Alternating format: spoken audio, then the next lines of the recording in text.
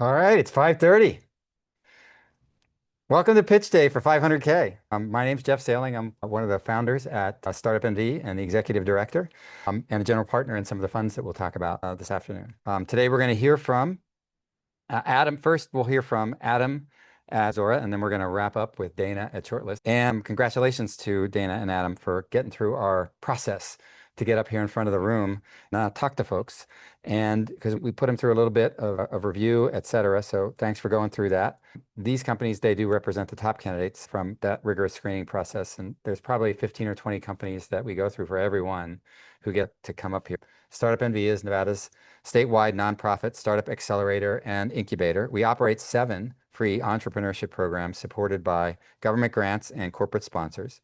We get additional financial support in the form of donated equity from successful accelerator companies. So if we invest, the companies donate a little bit of their equity to us, and we hope over the long term that actually becomes our main funding source as those fund and those actually become valuable. Our venture funds also donate a portion of whatever profit they make back to the nonprofit as well. So we hope one day not to have to rely on government funding, but for the time being, that's the way we roll, and we are grateful for those who support us. Our fortnightly pitch day offers companies the opportunity to join our accelerator program with investment from Fund NV, our investor syndicate, plus matching funds from Nevada's SSBCI program.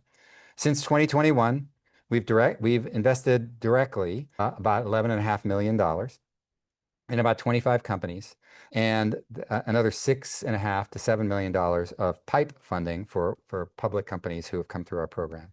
Our startup investments have grown to about $45 million in value, or $4.4 million of MOIC, and which is good. If you're not a venture capital person, you probably don't know that, but that's a really good thing to have done in 3.5 years. So our partner co-investments from Nevada's SSBCI program and others have amplified our impact significantly. They've added more than $25 million to our original investments since 2021.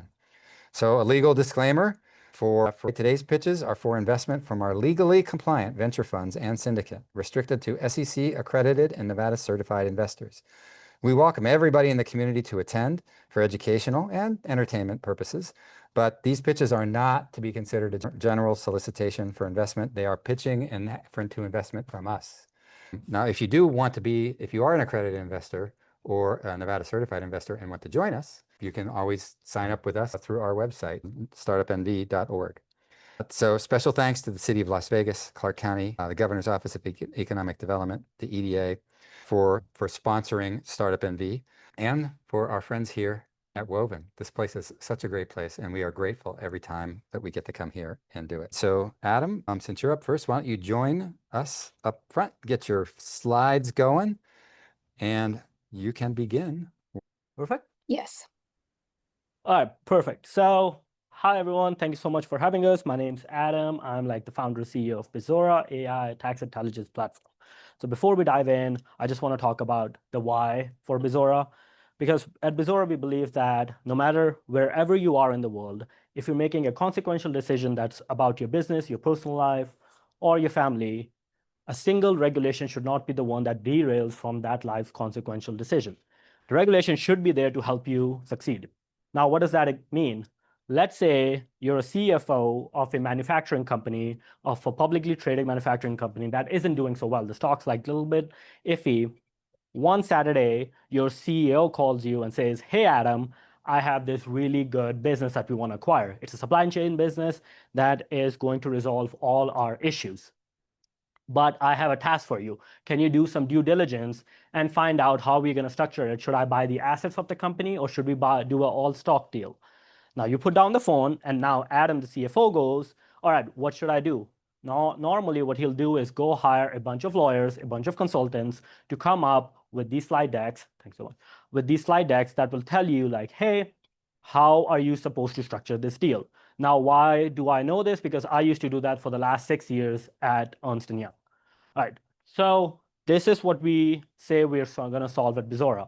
Now, instead of hiring all these consultants, what you could do, have a data room that you can go in, upload all the documents, fill out an intake form, and then our AI technology can come in with humans in the loop, tell you how much it should cost you from a tax perspective, where the red flags are, and how should it be structured, not only in the US, but around the world, because businesses, as we know, is global.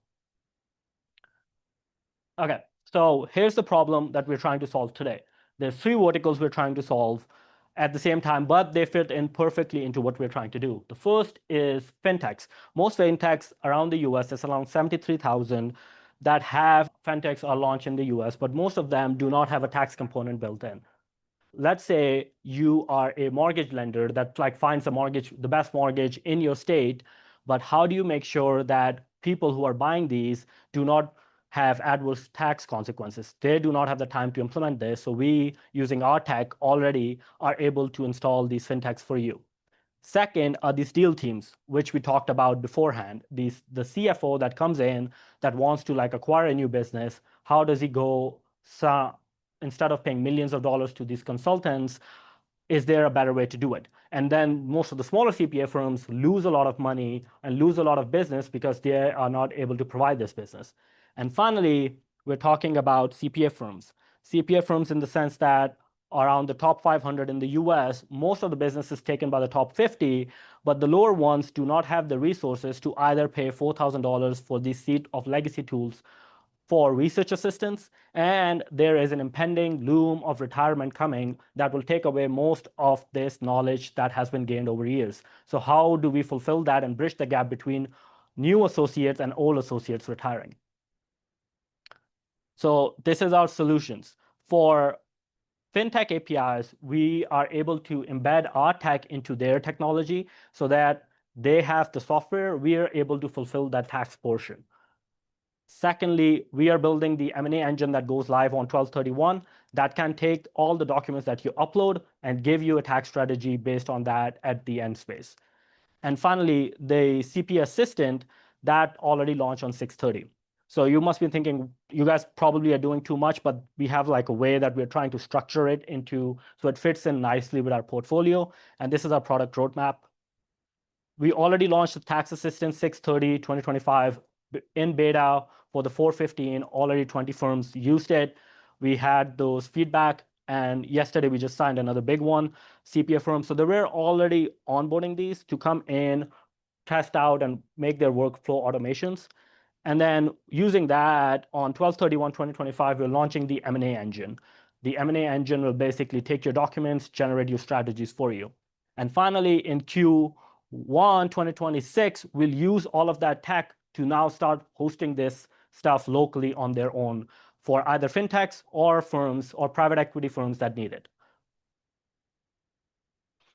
This is the space we're looking at. So the TAM is around 114 billion, made up of the revenue for the fintechs, M&A advisory, and tax prep industry. The SAM is 8.4 billion. And then this is our SOM, is like 35.5 million ARR, major portion taken out from the M&A deals and the licensing of the AI assistant. Okay, so what's our competitive landscape? So we think it's like mainly there's a lot of competitors we've seen come into the space, but most of them are focusing on the AI assistant because that's where the easy part of building the product is. The next part is building the application layer onto the AI assistant, because as models get better and better, we've seen like, hey, how do you differentiate between just being an assistant to something that provides value where you're not just classified a quote unquote wrapper? So we are building like applications on top. We see that right now there's tax GPT on the cost of lower cost, but like they're trying to do a bunch of things. Right now, we just saw them launch a intake of a documentation. And then we have the old legacy tools such as Bloomberg Tax and Thomson Reuters Co-Counsel, which is bought, but they're also, that's competing against Harvey, against in the legal AI, and BlueJay, which has been around for 12 years in the Canadian market and now trying to expand into the US. And then we're trying to be more of a premium product, being for the AI assistant and combining that with the M&A technology up above. All right, so our business model. For the fintech space, we're going to be using usage-based pricing, tiered pricing, and enterprise pricing, meaning that, hey, you pay as you go along. If anybody has like built out APIs using one of the LLMs, you know how this process works. You use the APIs and you pay as you go. For the engine, this is where like a bulk of our revenue will generate from is a transaction fee. No matter, we'll price you out based on the transaction fee that you incur. Along with that, if the deal goes through, most banks, investment banks have a success fee, we'll have that. And then finally, client advisory coming in with humans in the loop telling you, CPAs like me will advise like how best to structure so you can get those order documentation and peace of mind that what AI is telling you is correct and you can present that to your audit committee. And finally, we have the AI assistant, which is a license fee, a revenue share when it comes out to like, hey, if the CPA is advising the client and we go on board helping you out with those workflows, we'll take a portion of that as a revenue share model. And then finally, we decided to build custom workflows to automate most of your tedious tasks for the CPA firms so they can provide that fee that gives the best ROI for them. All right, so our go-to-market strategy. This is our ideal customer profile is the mid-market CPA firm that has revenue less than 500 million. Oh, sorry, 100 million in the US. So we're targeting the top 100 to 500 CPA firms in the United States. And then for secondly, it's the VP and director of tax within PE firms. Why PE firms?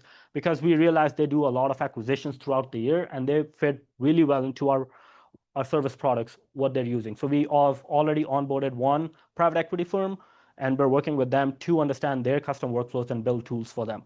And finally, it's like C to Series B fintechs. This is the portion where we haven't done any marketing, but we're getting inbound where people are trying to come at us and ask us like, hey, can we use your APIs for our products? Customer acquisition channels, we're focusing a lot on strategic partnerships. We started reaching out to the state CPA societies, already signed up with a couple of them as preferred partners, and moving on. Goal is to end the year with like 15 strategic partnerships in that end. Same thing with like smaller CPA firms. What they do, they rely mostly on their peers. So we've reached out, started working with like basically the accounting influencers in this market to be listed on their website as preferred products. And then we've been building in public through social media. Last month, we started that after the launch of our 630. We've seen a 3,000% increase on the landings for our website just through social media alone, mainly through X and Reddit. That's where our channels are, and awareness of AI and tax. So I'm involved in the community. I have the network experience from beforehand, and that makes me I can go to events and like speak around on conferences, on webcasts, and like that network skill set. So what makes us why we're ready to build this? We've already onboarded a Big Four partner as like a part of our growth advisor. He was at one of the Big Four firms. He did inorganic like strategic growth for the firm. So now he's like advising us. Combined between the three founders, we have like 15 years of experience in the industry already. And then I've worked on M&A deals such as for almost all big technology companies and media entertainment companies over the last 6 years, such as Netflix, Disney, and Four Seasons. All right, Adam, you're about out of time. If you can please get to the ask slide. Okay. So the ask slide about that, we're raising like $1 million at 5 million post-money valuation. And then most of that money will go towards R&D, building the M&A engine that's due to launch at the end of the year. And then the remaining portion will go towards the strategic partnerships at what we're trying to launch. Okay, Madeline. Thank you so much. Okay. Thank you, everybody here in the room, for joining us today. For investors who like some of those numbers that I talked about at the beginning, where we've turned $11 million into $45 million in about 3.5 years, and you want a piece of that, whether it's through our Fund NV pre-seed fund, our 1864 seed fund, with our angel group, the Sierra Angels, or just joining our syndicate and getting involved in deal-by-deal exploration.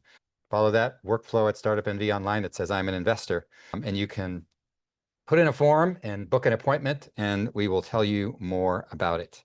We'd appreciate it if all of you folks who are listening now or later would follow us on LinkedIn and YouTube. Those are our main social media.